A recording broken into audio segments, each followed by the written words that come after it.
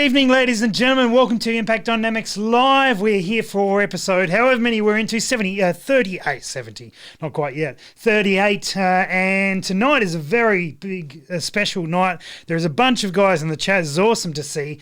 We have a whole stack of guests, and we're getting started in PRS, which is one of the biggest questions we get pretty much on a regular basis in very many of the episodes that we go through. Had a couple of messages come through today on Facebook and on email. So pretty common question. And given that some ranges are starting to look like they might be opening up again, this is, we're a little way off from running a PRS match, but certainly if you're thinking about getting into it, it's probably something to start considering. So anyway, that's it. Who have we got in the chat? Say good day if you're in there. Ryan. Ryan's one of the guests. He's double dipping. He's on the chat as well. Brendan, Craig's here. Anthony, Steve Hurt, Charles, Brad, Ian. Ian's again. He's sitting on camera in front of me. But anyway, all right, you guys are allowed to do that. And Scott as well, guys. We've got a lot to cover tonight, which will be excellent. The idea tonight is that there is 6 guys. 5 guys and Emma as well. Hi Emma. Ian's up, Ryan Meads, Emma Stevens, Jock Campbell, Ben Jarrett, and Travi Harris, all joining us, and they are all at different levels of shooting in the PRS, which is good. We're going to ask them where they came from, what they got into it, all that sort of thing. So I am looking forward to seeing what they say and seeing what advice they have for someone new starting out. If you have specific questions, please chuck them in the chat and I'll do what I can. We'll try and get to as many as we can. We do have a lot to cover off, but I may also hold any particular questions and put them to whoever I think's most relevant. So hit us up with any of them. That'd be fantastic. Let you know tonight is sponsored by Stage 1. Stage 1 do all the merch for Precision Rifle Series. You can actually buy the merch, both the Precision Rifle Series and Stage 1's merch on the precisionrifleseries.com.au website. And if you use the code IDLive10, you will save 10% off. Oh, shirts, not this one, but this was one made by them, but the hat as well. And the most comfortable hat I own is this one here, Precision Rifle Series hat, of course, as well. So go check that gear out. That has been going out a little bit this week, which is wonderful to see. One other thing that you guys might be interested in, I did a Instagram live earlier, but this is the new Vortex Strike Eagle 5-25, which is really nice. I had this on a Instagram live feed earlier where I had the Viper PST Gen 2, the Diamondback Tactical, and this one all side by side. And well, go check it out. I did a little bit. It was not overly scientific testing. It was just purely looking down the street and seeing what they were like. But certainly sits within those two as an option. Sits around $1,140 delivered, and not a bad option from Scoped Out. If you were thinking about that, we'll throw the logo up so you can check that out as well. Anyway, one of those to consider. There's no more in stock, but they will be back shortly. All right. Well, we've had a flood of people join in. Mark, Dan, Conservative, Kieran, Papa Echo, Peter, Warwick, Mumbles, Alex, Paul. Oh, g'day everyone. Hope you guys are doing well. Excellent. Fantastic. All right. Good stuff. Let's get our first guy up, first guest up tonight. Ian Nolan is a I was going to say veteran of the sport, but that's going to sound really mean because he's quite old. He's given me the finger. Anyway, no, Ian is a lovely gentleman and has been laying low with the COVID virus. But here he is, Ian. How you doing, mate? You going well tonight? Yeah, I just got something in my eye there. I think good. I couldn't quite get it out. Good. Hey, have you seen this hat? Yeah, Ian? good, mate. Have you seen this hat? Yeah. It's a good hat. You should get one of those hats. Yeah, I saw that hat too. That's a good hat that you've got. Anyway, all right. Enough being childish. This is Ian trying to get to his younger self. It's going to take a while. Oh, much love, man. Hey, I didn't want to give you a big introduction because I want you to talk about your story and how you got into PRS and where it all came from, what's happening. So, are you ready to answer that? I'll give it a crack. Good. Yeah. Show if I'll you didn't kick off, I suppose. So, I suppose I grew up on a farm in Wangaratta, and we had shotguns and 22s, and that's it. Dad had an old 22 Hornet Fox, so used thousands of rounds through that thing. Mm-hmm. But it wasn't until I moved down to Melbourne, and then a specific Canadian Canuck got me into it. So you'll have to blame him for me joining the party. So pretty much I joined a small bore rifle club in Northcote, which is only a suburb away from where I live now. And yeah, he was there. He started, as we do at a rifle club, you start doing a lot of chatting, talking. Found out that he was doing the precision service rifle comps. And I said, oh, geez, that sounds bloody awesome. And I just bought myself, so I only had Dad's 22 Hornet and a shotgun and not much else. And I decided to get a 223 varmint, ticker varmint, for fox shooting, and went to a PSR just took that with me. So I just pretty much for the first year and a bit, I just used the ticker varmint for pretty much everything. Got myself a 10-shot mag for it. Got the scope off you, Rusty. For that one. Got the Vortex off, put that on it, and yeah, it was my learning into PSR, so precision service rifle, and then the next year after that, I started and I did a full year with the 223 in the precision rifle series. So I did the Mildura shoot and the Little River shoot, and then I did the Buchan finale that year.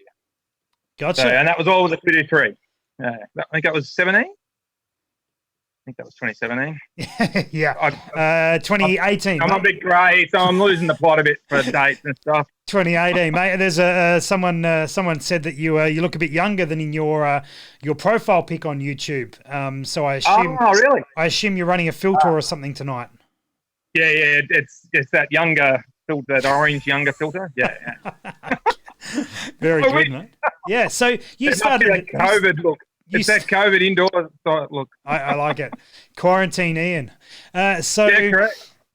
You put up a so you started with a 223, and how did that go? Was that a big problem, or was there so much learning to do anyway that it didn't matter? Or well, I come from not shooting high-powered rifles at all. So the only high-powered rifle we had was a 22 Hornet. So I had to learn on something. I was already learning the basics of how to shoot well with a rifle, because when I went down to the small ball club, I realized that I didn't actually know how to shoot.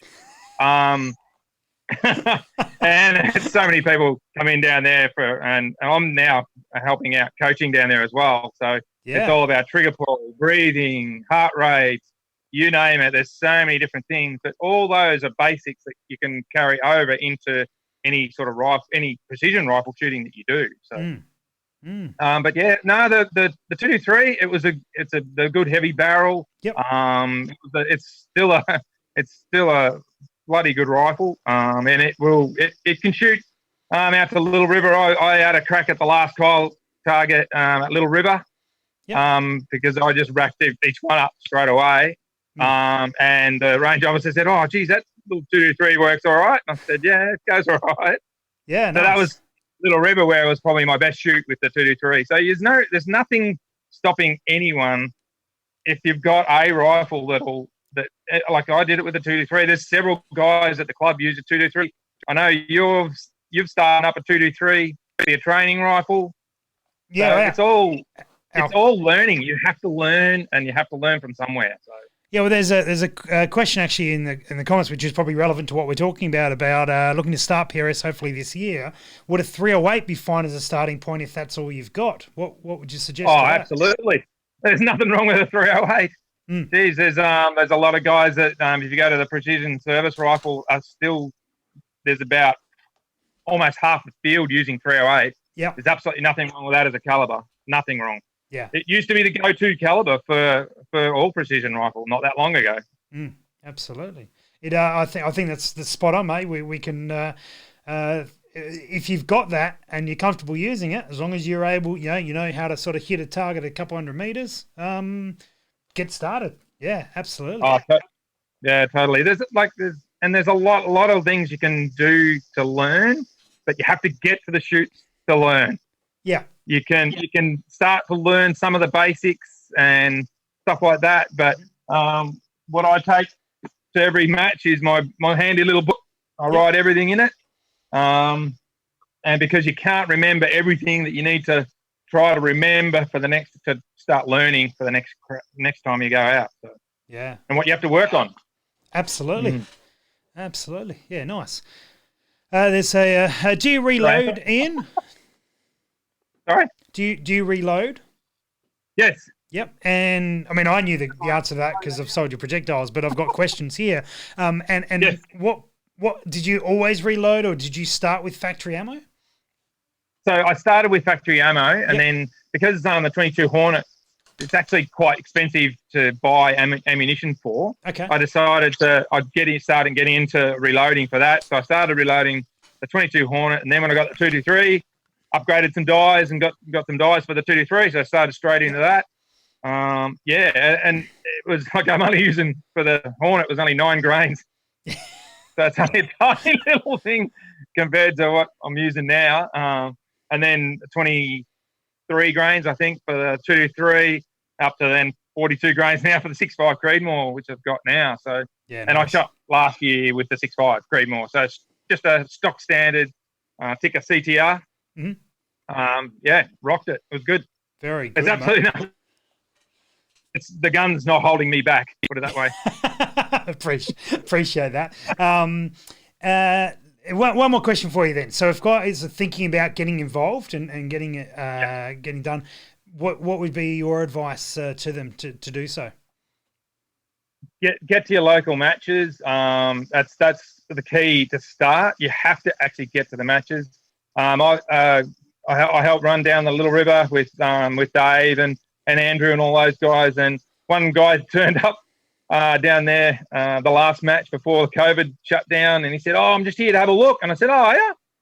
Oh, good. Grab that rifle there and then jump up to the line." And he went, "What do you mean?" I went, "Yeah, have a look." "Yeah, you got earmuffs on, haven't you? Jump on the line, have a crack." Yeah. And he went, "You're kidding, aren't you?" I said, "No, I was using my 223. Yeah. I had heaps of ammo for the day. I was helping everyone at the time." So yeah, he was just blown away that we would just help out like that. And then that's what we're like everywhere. It's pretty cool, and I know you're like that as well at your club at Monarto. If someone rocked up there without a gun, you'd soon have a gun in their hand, wouldn't you? Oh, not wrong, mate. Not wrong. Yeah, absolutely. Well, Ian, I know you're a busy man tonight. You've got a Zoom to go and run and host, and we were lucky to get you for a few minutes, but and we've got a few crew to get through as well. So thank you very much for your input, and we will catch up with you soon, mate. All right, guys. See you later. Keep that filter on. Okay, I will. Oh, fantastic. All right, guys. So a couple of questions that are coming through that are a little bit more generic. So I'll tackle them while we get Ryan involved here. Let's just do that. So there was a question there about are they 1 day, 2 day matches, that sort of thing. So you'll find generally, so at a PRS level, PRS is the national organisation that runs the series on a national level. And a PRS match is always 2 days plus a practice day.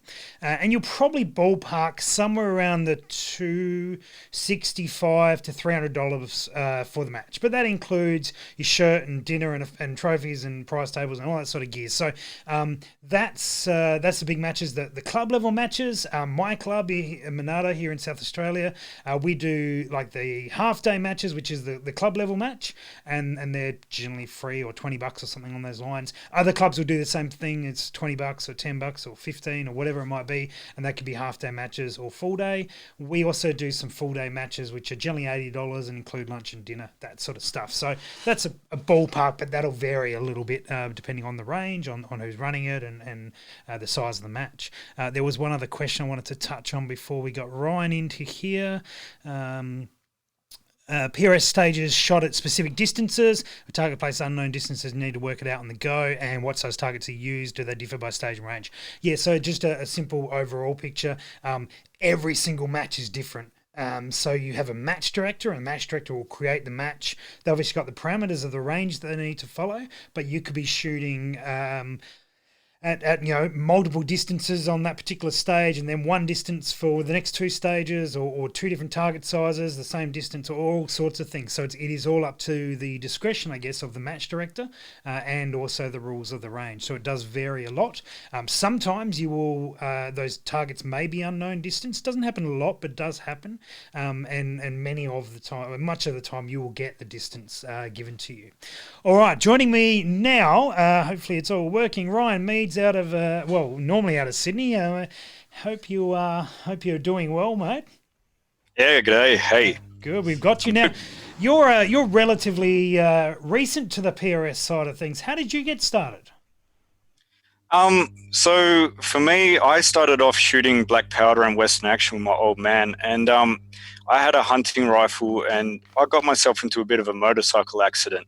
That left me with a shoulder that needed a reconstruction, and then I ended up getting a muzzle brake put on my rifle, and then with the influence of endone and all the rest of it, I got talked into buying an MDT chassis.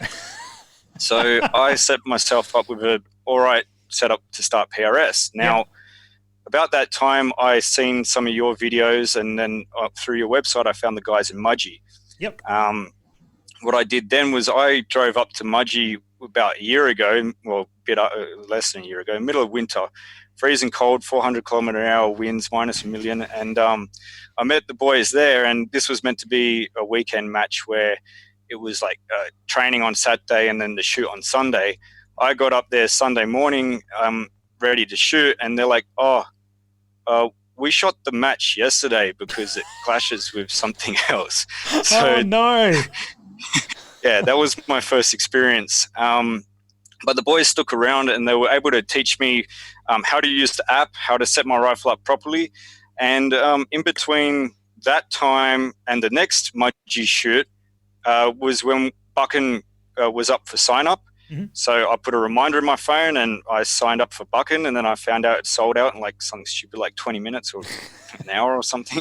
Yeah, it was about 80 minutes. It wasn't quite that quick, but that was it kind of felt like it. Yeah, certainly. And I rocked up to the next match ready to get a bit of experience, and I was freaking out going, what have I done? I've booked in to shoot with the big boys, and Ian Porter, he pulled me aside, and he's like, look, don't worry about it. They're just guys like us. And it turned out to be true. I came down there, and the best thing about the match was just the people around. Everyone was really quality individuals. I was the new guy, getting to know a few people. I was squatted with Nick Halliwell, and I'm sorry for that. I apologise now. Sorry, no, it's all good. I was with Andy Little too. I also apologise for that. I'm really sorry to hear that. Yeah, well, I didn't know any better, but yeah, that's pretty much how I got started. I was into the practical stuff from the start, and just finding this was just like, yeah, this is exactly what I want to shoot. Mm-hmm. Yeah, fantastic, mate. And what we always get the question about equipment. What equipment did you kick off with? So I started with a budget setup, so Hauer action. I had the MDT chassis from when I got talked into it when I was on endone or whatever. So yeah, I had a Hauer MDT. I had a Vortex Diamondback Tactical. I just learned how to reload, so my loads was all over the place, but I was able to hit targets and have a good time. I love it. And I love seeing that. Hearing that people are just starting with what they've got, because I think that's you do get a few guys that come in with the right gear, but I think that just getting involved with what you have. Love to hear your reloading, but not necessarily overly well. So what is that was 2019 or was that 2018? 2019. That was 2019. And so you shot another match though, didn't you? I only shot the Buchan one with you, but the other matches are at the club level. Up at Mudgee, yeah, cool. And so getting involved on the club level, that obviously your first one you rocked up to and didn't work out so well, but you've been back and been shooting a bit more often? Yeah, absolutely. So I couldn't get enough, so I went to Mudgee as much as I could. Yep. I shot a couple at Silverdale, the 22. Yep. Just really good fun, and I've just found that the crowd is an excellent crowd, and I've tried to take that type of environment back to my home club. where I have a practical pistol shoot, and we just look after the boys the same way, and just try and have a good time out of it, despite what the score is. The first thing is just to have fun. Well, you can look my score up on the website. I'm down the bottom, but I had the best weekend of my life. Well, in my shooting career, anyway. Yeah, fantastic, man, fantastic, and that's really what I think that certainly at that national, it's much more than just slinging lead down range, which is good fun as well, and certainly some people are really focused and they want to do well, which is excellent. But then it's the whole experience and the weekend away and all that sort of stuff, no doubt. Oh, look out! You're getting some joy there. That's officially the youngest person we've had on the channel. There you go, rock and roll. My little one. That's awesome, man. That's awesome. Yeah, cool. And so if someone's watching, they're thinking about doing it, and they're probably in that position you were, what do you suggest to them once the season's back up, or once we can get club matches back and running? Shoot what you got. Come with the intention to have fun and learn something new. Don't worry about the scoreboard, because there's some excellent shooters that take it very seriously, and so they should. And when you get to the level where you're confident to take it seriously, that'll be the time to do it. Just bipod, scope, and app, and you can shoot the match. Yeah, and you'll have fun. Yeah, nice. I think that's it's always good to hear, but always good to hear from someone who's been in that position. Just go, just rocked up with what I had, and yeah. Did you find people lent you gear at all? I've been offered gear, but I was a little bit shy, so I was just like, oh yeah, no, thank you. I'll try my own stuff. And it was a bit funny on the Run What You Brung stage. I had a suitcase, and I had to pull the whole suitcase underneath the net and line that up, and everyone was having a laugh, but it was good fun. I remember that. Yeah, fantastic. Yeah. That was brilliant. Nice, mate. Nice. And so, obviously you can't wait for it to get back out and get going. Just going to see if there's any quick. Have you ever shot at Malabar range? Someone's asking if you've shot out there doing service. No, I haven't got to Malabar yet. No, that's right. But you said you shot the 22 at Silverdale. Can you just give us a little bit of info about that particular shoot? Well, back when. I guess when everything gets back to normal, I think it's once the first Saturday of the month, if I'm correct. But 22, it only goes out to I think it's 100 meters. Similar setup. I guess it's just condensed. It's just the same thing but a bit smaller. The guys are really good guys. Look, I've shot there twice, but the 2 times I went there, I had a really good time, and I'll definitely be back for more. Yeah. Fantastic, mate. Excellent.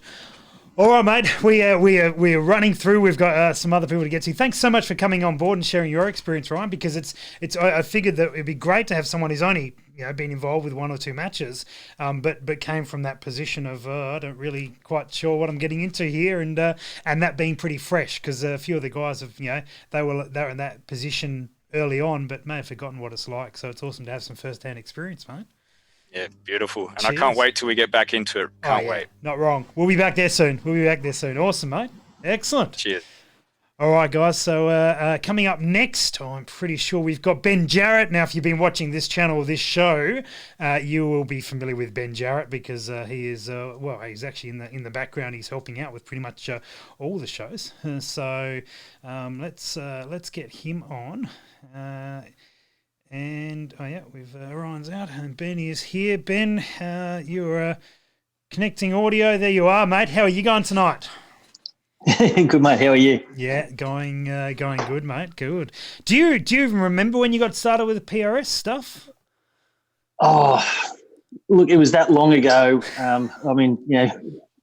Technically, if this was the Bible, we'd be talking about sort of Genesis or something like that.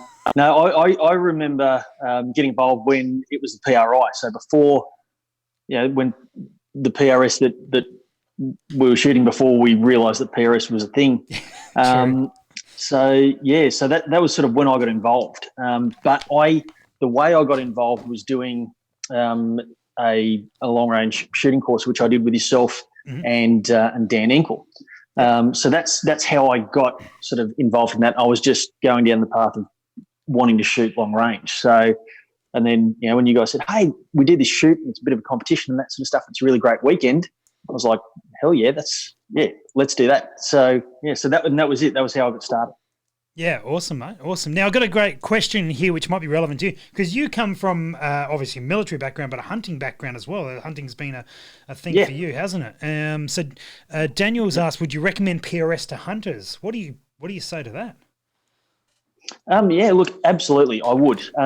And the reason I think it's really good for hunters is it does give you opportunities to practice skills that you can adapt quite readily to hunting, whether it's shooting off a top of a star picket or shooting weak-handed out of the driver's side window of a vehicle or something like that. Practicing shooting on your support side, practicing shooting off things that you wouldn't normally tend to shoot off, whether it's the crossbar of a motorbike or something like that, or off a fence or some sort of wobbly thing, or a bit of rope strung between two bits of timber, anything like that. It is all.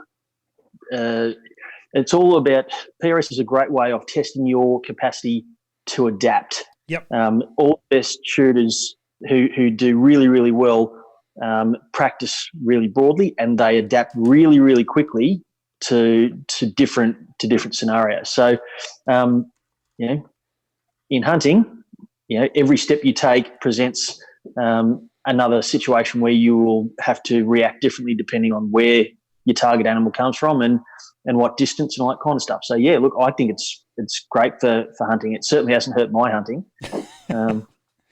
Yeah, that's actually a piece of feedback I've heard on a regular basis where guys get stuck into PRS and don't get out to hunt so much because life happens or whatever it is, and I can get to the range a bit easier, and then they go out hunting after 6 months and go, wow, I hit more than I did used to, or like spotlighting their hits quicker. So yeah, anyway, that's to Daniel, was it? Highly suggest that we would say, I'd probably say that Definitely. 80%, 85% of the guys who shoot PRS come from a hunting background.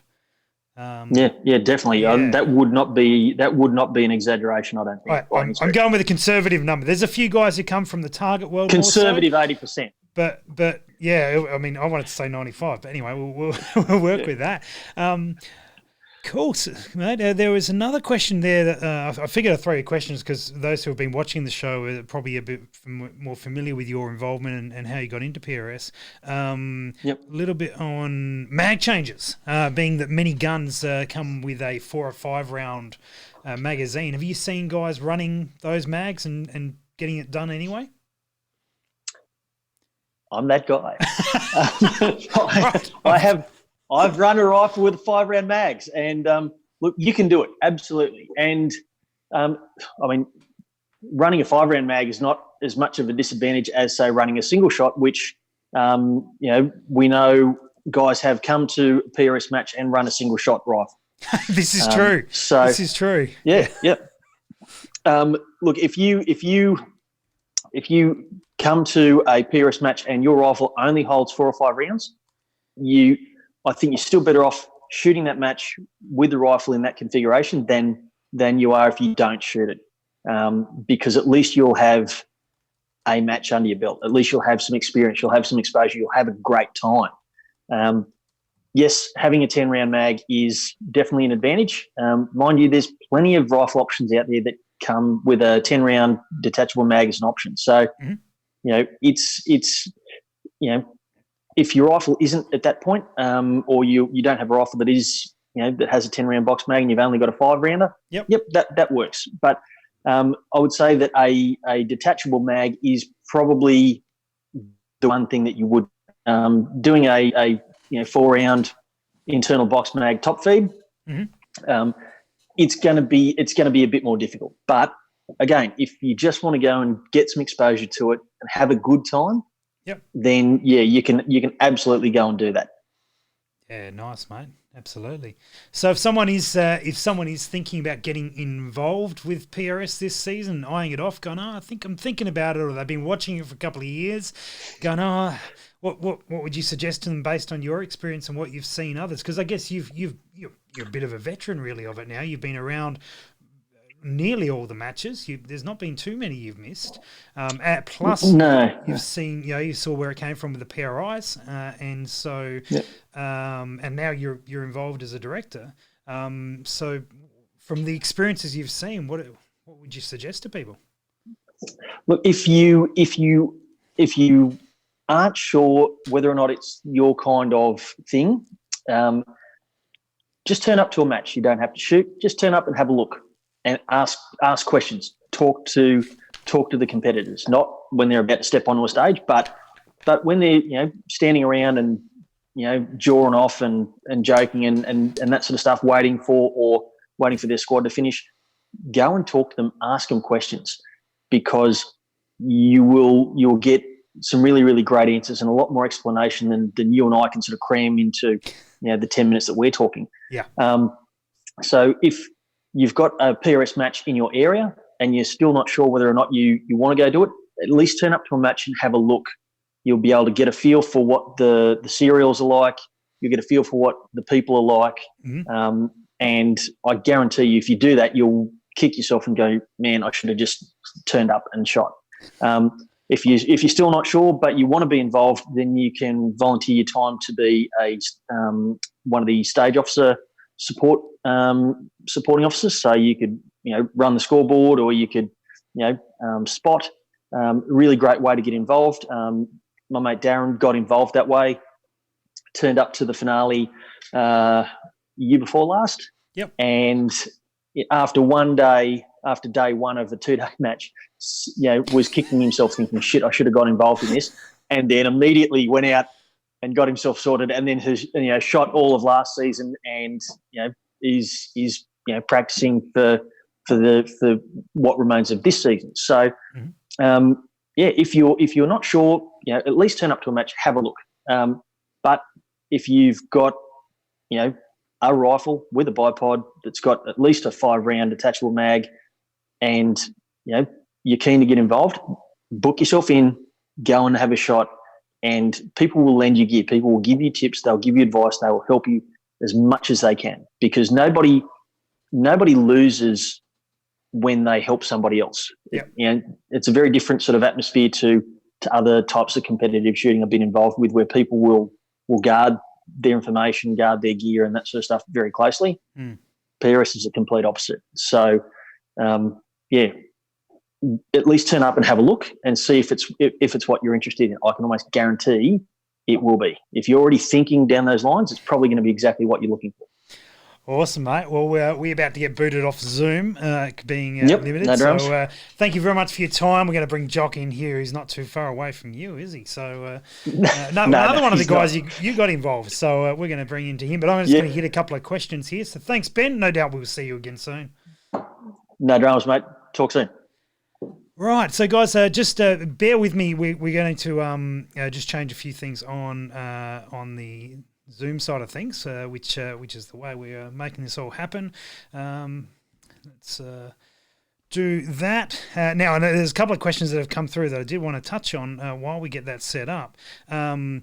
Someone mentioned there that there are 5. It's hard to get more than a 5-round magazine for a long action, and that is true. And as Ben said, if that's what you've got, run with it. So be it. But you will find that there aren't too many long action cartridges that are used on a regular basis in PRS. We used to, went back in the day, we used to run a lot of 300 Win mags back in the first PRI, which is the PRI's Precision Rifle Invitational, which was sort of what was a precursor to the PRS starting here. Actually, for the first one, we only just found out about the PRS a couple of weeks prior to that match running. And so just get a Jock in here, let him know he's good to join in, so you don't see too many of those. We shifted away because one of the big things in PRS is recoil management, because you have to spot your own shots. So there's a trend away from long action stuff. But as has been alluded to several times, use what you've got, and if you got to get out there and you've got a 3-round magazine, I've seen guys run matches with 3-round magazines. Ben spoke about someone running the match with a single shot, and he actually did quite well. So if you know it, you do well. what kind of zeros do people typically run in PRS? 100 yards, 100 meters is super, super common. Absolutely. And almost, and there's another question about how do you go about ranging, targeting the stage? Almost always you're given the distance. Very few times you are ranging it yourself. And if sometimes there are rangefinders given on the range, and then other times there's only been one time where you've had to range through reticle, and that was a side match. So if you're useless at it, it didn't affect your overall score anyway. All right, we will come back to some of the other questions shortly. Mark's follow-up question there. Running a 270 Winchester, just starting, mate. No dramas. Grab your 5-round magazines, get going. There are far more ways to miss than not having enough in your mag. And in fact, what I've actually seen is that going with that single shot or 5-round magazine can sometimes actually improve people's hit rate, because they are far more cautious, knowing that a magazine change is going to cost them time. They make those 5 that they've got in their count, and then if they get onto a mag change, so be it. I've seen that more than one occasion. All right, Jock, we are hopefully good to go. We'll make sure we've got your audio and you are on, mate. How are you? Good, Barty. How you going, mate? Yeah, good to see you out there. You're out near Hay somewhere as well as Ben, aren't you? Yeah, that's right. Yeah. So I dropped out before. I think a carrier pigeon got shot down somewhere in between. That'll happen, mate. Now tell us, I don't know your story. I assume Ben's involved somehow, but how did you get onto involved with PRS, and what's sort of your background in shooting? Look, I've growing up on a farm, been shooting as a kid, and and then sort of working in agriculture.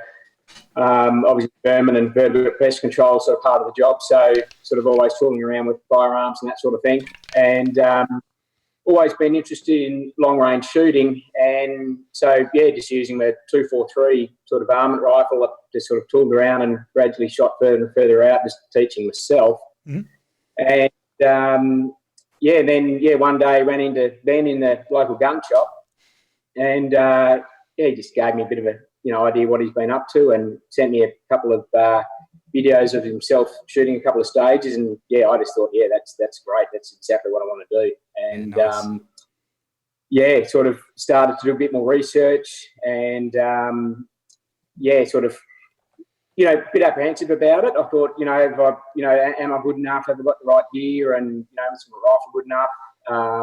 Ben, he said, look, it doesn't really matter what you need. Just you've got a 243 that'll do the job quite easily. Your scope's good enough. Got 10-shot mag, that sort of thing. So I just thought, what the heck? I sort of unwound a bit, and then just said, heck, I'm just going to do it. And best thing I ever did. So right. And so shot first match at Mildura last year, then Monardo, Little River, and the finale back at Monardo. So excellent, awesome, love it. Nice, man, nice. So you obviously you did one, and then kind of got hooked and into it. How did you go over the season? Did you improve over it, or how did it go for you? Yeah, I was probably the first match was probably one of my better matches, because I went in, zero expectation. I just said, all I want to do is enjoy myself, hit some targets, and I'll be happy. If I can target, I'll be stoked. And so I just went really slowly and smoothly, and just sort of focused on just getting through the stages and whatnot. And I think I sort of came about 25th or something, so mid-20s around that. So which I was really happy with. And, then sort of the next couple, I think, sort of got a little bit overconfident, and sort of made a few silly mistakes and that sort of thing. And then, by the finale again, I sort of got back to basics and said, okay, no, this is going to be a lot harder. So, just focus and concentrate on the basics, and just, take it slowly, steadily. And I did, I think finished top 20, I think 17, 18 or something in the finale. So that's a tough one to do it for, isn't it, given that that's the best shooters that are around. So I was pretty happy with that. So I did it just following that that process, I think, worked really well for me. And as other people have said, it's just such an incredible community. You know, everyone's out there to, you know, lift you up and help you succeed. So just asking questions and people giving advice, and it's such a good community to thrive in. Yeah, fantastic, mate.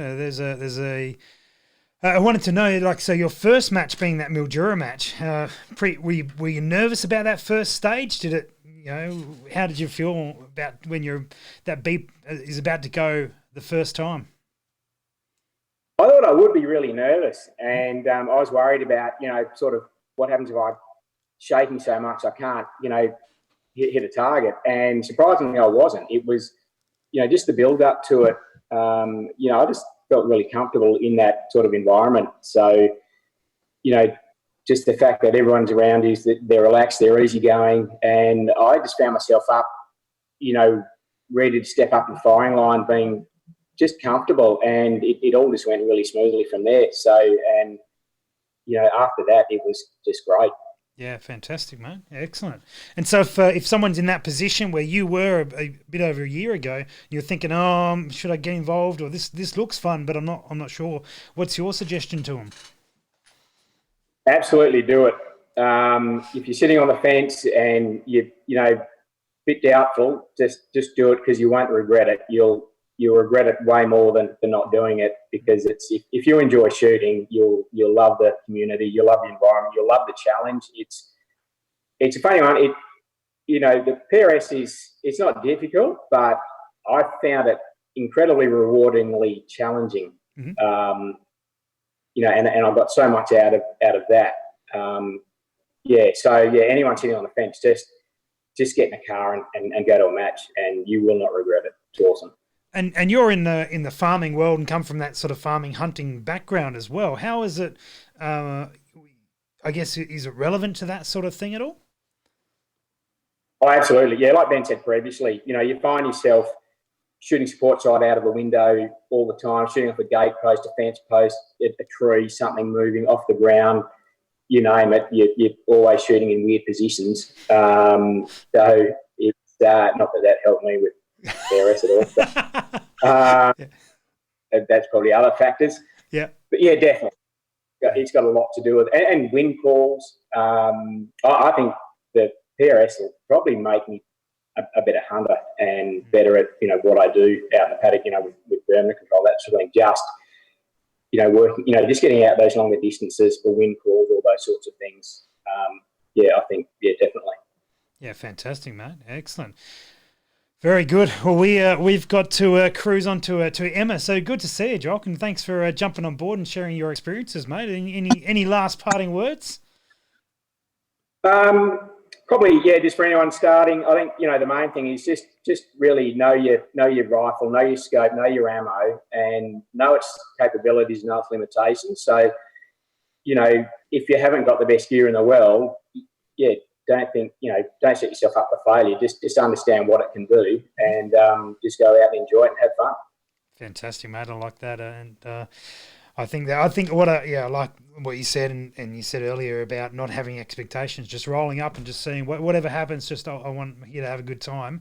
I think that's a really good attitude, and funnily enough, you said that was probably out of the normal regular season. That was probably your best result, having that attitude. Yeah, absolutely. Yeah. Fantastic, mate. All right, Jock, we'll thank you very much for joining us. We will jump in and get Emma in here, and good to see you. All right, guys. Now, there's another question there from someone about barrels. I think Ben answered one, but I want to just go over that again. We'll just organise Emma in here. We'll drop that one there. Good. All right. It's talking about barrel length combinations. 26 plus barrel be too much. You'll commonly find that it's a 24 to 26, which is what Ben has said. 24 to 26 seems really common. Some guys run some shorter options. I think Travi will be on later. Runs a really short option, but that's a good option there. And would a light barrel be too much of a problem? What barrel contour would be good choice? Light barrel, again, as many of the guys are saying, what you've got is a great place to start. Is it ideal? Probably not. If you replace that barrel, you'll probably replace it with something different. But if that's what you've got, we have seen some guys run light barrels. You just might again cause you to slow down a little bit, take more time on your shot because you may not get as many accurate shots off, but you'll make the most of the ones you do get off. Barrel contours is a big discussion because some guys like a really heavy barrel, but that makes the gun front heavy and harder to lift and move. But it does mean that when it's set down really solid. They're not fun to shoot unsupported. Versus something a lot lighter, which has the opposite of those. It's easy to move around and do all that sort of thing with, but it's not quite as sturdy when you put it down. We might flick that question to Travi as well, because I'm pretty sure he runs a lighter barrel profile. All right, Emma, I think we have you here, regular guest of the show now. How are you? I'm good, thanks. How are you, Rusty? Good. Oh, no technical problems. We're doing great here. This is excellent. Congratulations on 40, by the way. The 40 push-ups done very well. Anyone missed that? Check out last night's show. All right, we're here for other reasons. How did you? Well, we have talked about how you got started in PRS, but can you give us like the quick overview of how that all came about? Because it's quite a cool story. Yeah. So, when I was 30, I started shooting shotguns. So I did that for a while, kind of petered off a bit. And then Andrew, my husband, shot the 2017 Mildura PRS, the first PRS, one. I think. Yeah. Anyway, he went and he was like, he went there and did pretty well and came home and was like, this is amazing. Oh, my God, you've got to come and watch the next one. So I went and watched Buchan, and I just assumed I was going to be watching. Mm-hmm. Turned out to be ROing with Bordy, and we turned it into competitive ROing. We won. So we had so much fun, and just getting to know all the shooters and watching the stages being run, and just the faces of the shooters walking off the stage, after shooting. They had the best time. I'm like, I need to be a part of that. So my first match was Darwin, and I hadn't really shot rifles before that. I decided at Buchan that I might shoot Darwin, and in between Buchan and Darwin, I worked out how to use a rifle and shot Darwin. So yeah, good. And so I guess you had Super Coach with you, giving you some guidance along the lines. How did that go? Having sort of someone guide you through it. Amazing. I don't think I would have been able to do it. I had zero knowledge, and the knowledge is still pretty limited because I don't need to retain it. I've got a walking encyclopedia. But I was really lucky that he had the rifle set up for me to use. So it was just the 308 T3 Sporter. Yep. And he did really well with it. And he kept saying, like, I did really well with this. I won production with this. Like, why can't you use it? I'm like, I can. It'll be fun. And I did. Yeah. But, look, nothing against Lucky 13 mags, but I was pretty happy to move on from them. They were tricky to get in. Yeah, and so you were one person that started off with a 308. And yeah. How was that? No dramas particularly? I know you moved on from there, but starting with it, because that's what you had. I think if you don't know any different, I didn't know any different. So I shot it. I was totally fine with it. Still a very new shooter anyway. So follow-up shots were the least of my problem. Like I was just trying to survive at Darwin. So but no, I had no problem with shooting the 308. And it wasn't until I shot the 6.5 Creedmoor that I was like, what am I doing? This is amazing. I think that's one thing that you don't know what you're missing out on. So you use it and you do your best with it and you do everything you can, and then you get you find something different, like changing cartridge to it, and you're like, oh wow, but the skills that you build up on something that doesn't do quite so well definitely translates across. Yeah, so I think that can be very useful. In saying that, like I think. I know Scott, I think he's shooting a 6BR. It was going to be a dasher. I don't know. It's one of them. But yeah, so I've shot that, and I didn't actually feel like a massive difference between my 6.5 and his. But I think it's because I've got an emotional connection to my 6.5 Creedmoor. I'm like. So yeah, there was a big difference between the 308 and the 6.5. But moving on to like everyone else is sort of going the 6 mils, I was like, I might just stay retro and keep 6.5 Creedmoor. Yeah, no dramas, absolutely. So you're, what would you be saying to someone who is thinking about getting involved? And I know you've been a big proponent for getting people involved and sort of encouraging people along those lines. What would you suggest? 100% just have it a go. Like if you've got the equipment and you're familiar with your rifle and you know your data and, you know, it's not a matter of being brave or, you know, going outside your comfort zone. Just do it. Don't think about it. Have a go. Especially women. Like, I don't like to make a big deal about the male-female sort of thing. Like, if you want to shoot and you're a person, shoot. It doesn't matter if you're a girl. It doesn't matter if you're a boy. There's actually no disadvantage to being either. There's bigger disadvantages to being super tall, I think. How would you know, anything Emma? else? Like How would it's you know? size or hey. How would you know? Hey, I'm pretty tall. That's all right. But you know, you look at Andrew, and he's 6'4". Mm-hmm. So, and then they say get in that barrel. I'm like cruising in the barrel. Could invite a friend in. He's like, and he still hits more than me. Yep. So Andy. But yeah, absolutely. Just give it a go, I think. Yeah, love it. Nice, excellent. Well, Emma, thanks so much for coming on again. It's always great to see you. We're going to get Travie into the chat now and see what he has to say to wrap this thing up. But I've just seen the YouTube replay of you doing the weird sort of getting into a barrel. Oh, no! And, I hope someone goes back and screenshots that because that was a brilliant piece of. I forgot about that. If not, Perfect. I'm going to go do That's that. great. Right. Yeah. Fantastic. Well, my money's on Sheldrake. It's been worth your time. It's been worth your time. All right. Here we go. Thanks. Great to see you, Emma. Cheers. Cool, guys. We have our last guest coming up now, so thank you very much for joining us. It has been a whirlwind of a show. We've had all sorts of others. I hope something has hit and resonated with you. If not, I'm not sure Travie will say the right thing, but I just get the Zoom side of things squared away, and that would be good. But hopefully you've found someone that is come from a similar story from you, or the joy is that the diversity of guys who are involved, guys and girls who are involved in this sport, is such that pretty much anyone can do it. So let's bring Travie in. Travie Harris, how are you, mate? Very well, thanks, Rusty. And yourself? Oh, good. Hey, nice shirt going on there, brother. I know. I put this on before you even invited me. I was like, winning at life. I love it.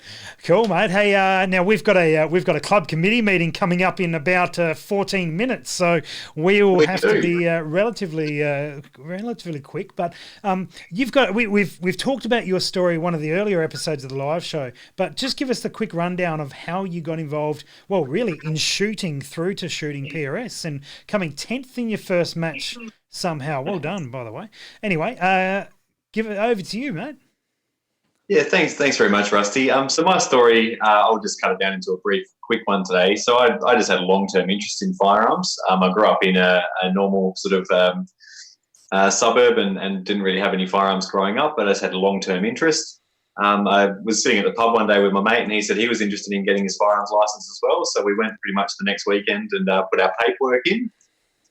Then from there, I did a couple of your training courses, Rusty, and got invited along to one of your invitational rimfire shoots because I was only shooting 22 at the time. Mm-hmm. And my sort of career just kicked off from there, mate. It was a very, very sort of quick introduction to the discipline of practical shooting, and my interest into my sort of induction into the world of PRS comes through my experience ROing the events and just helping out there.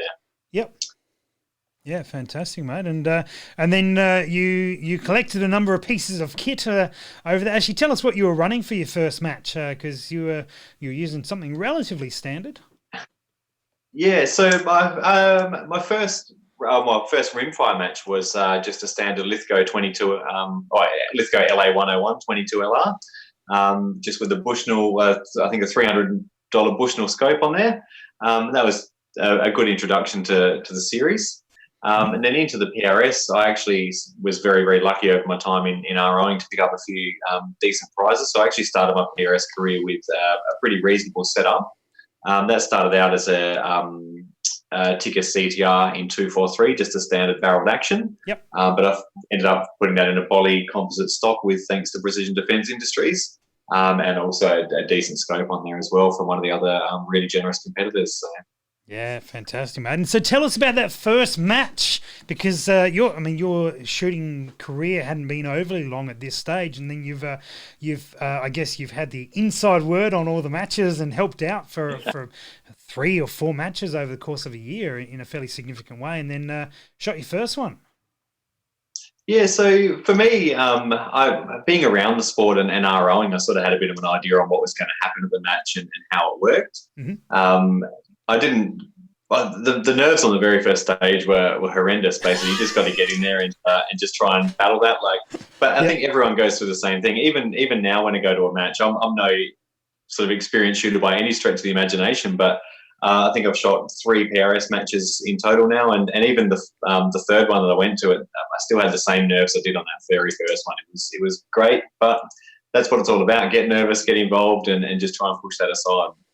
Yeah, fantastic, mate. And you came 10th, so you had an amazing result, which not to put you down at all, but that's a very impressive result for your first your first competitive match overall, wasn't it? Yeah, it was. So aside from 22 matches, that was literally my first competitive match. Even the 22 matches I'd only shot sort of at a club level. Mm-hmm. But yeah, as for a national level match, to come 10th in that first one, I was sort of blown away.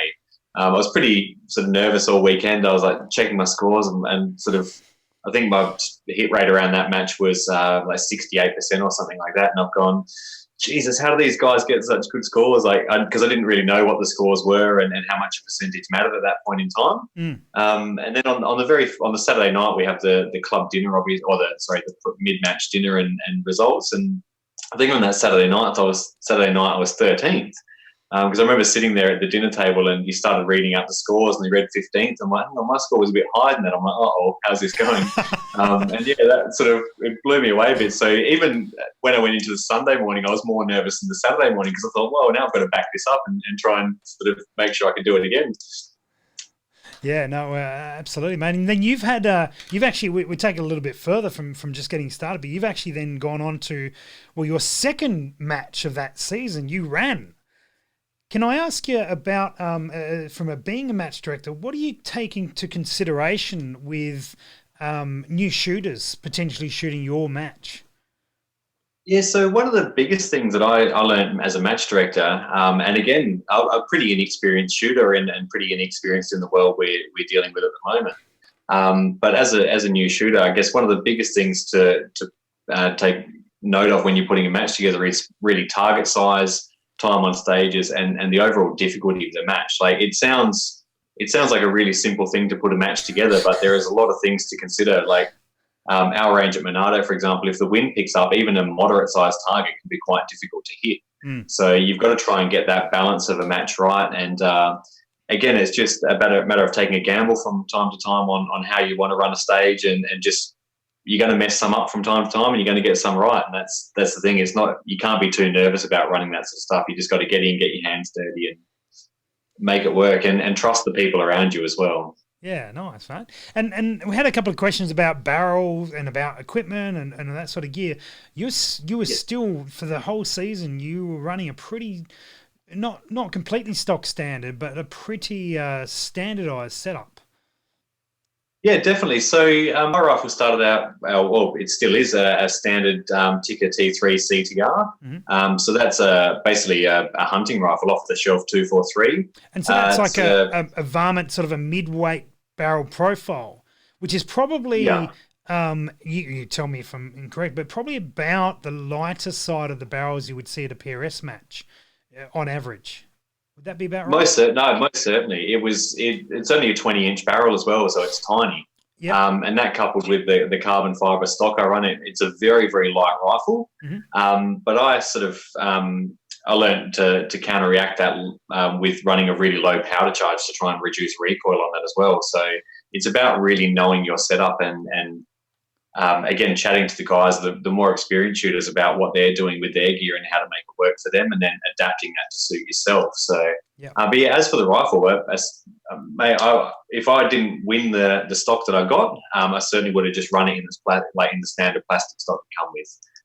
And 243 is a 6mm, which a lot of people are going towards in PRS. So it's a very, very good starting caliber for my understanding, and it did well for me. I know you've seen my results, and I think it was a pretty good choice for a rifle. And yeah, for off the shelf, you can pick up factory ammo that's easy to run. You don't have to run reloads, and that's what I was running in my first match at Mildura. When it come 10th, I was running factory 87 VMAXs from what are they, Buffalo River? I think they are. The 87 VMAXs. Yeah, that's what I was running there, and it come 10th with like you said, a pretty standard barreled action. Yep. Yeah, nice, mate. Fantastic. All right, well, we're getting emails to tell us to go and join this other Zoom shortly, so I need to ask you any advice for someone who wants to get into it now to wrap the episode up, mate? Yeah, so as I've always said in these chats with you, Rusty, anyone that wants to get in the sport, 2 things to do. First one is come out and RO at a match. I said just get there, get amongst the shooters, have a chat with them. And the second thing is shoot at your club level as well. Get out to as many weekends as you can at your club and ask the guys on the range. They're the ones with the knowledge. They're the ones behind the guns. And that's the best way to get involved. Just get out there, get involved, meet the people, spend the time at the range, and don't be afraid to ask questions, because there's no such thing as a stupid question. Fantastic, mate. Excellent. All right, Travi, we will wrap that up. Thank you so much for coming on board, and we'll see you in a few minutes as well. Yes, guys. Cheers. All right, guys. Thanks so much for being part of that. Was we just so much going on. Hopefully you learned something from someone there, and maybe go back and check in with it. Most of these guys, or several of these guys, have public profiles as well on Facebook or Instagram, all that sort of stuff. Hit them up, ask them questions. They are friendly people, and they're pretty much willing to answer anything PRS related. So do that. We will be back tomorrow night. Thank you to Stage 1 for sponsoring the show. You can save 10% off at the precisionrifleseries.com.au, and you are using the code IDLive10, IDLive 1010, as in the number 10. Right, that makes sense, doesn't it? Great, excellent, guys. We will be back tomorrow. We'll see you then. Thanks to everyone who was involved. Cheers. Hey, pretty baby, pretty baby.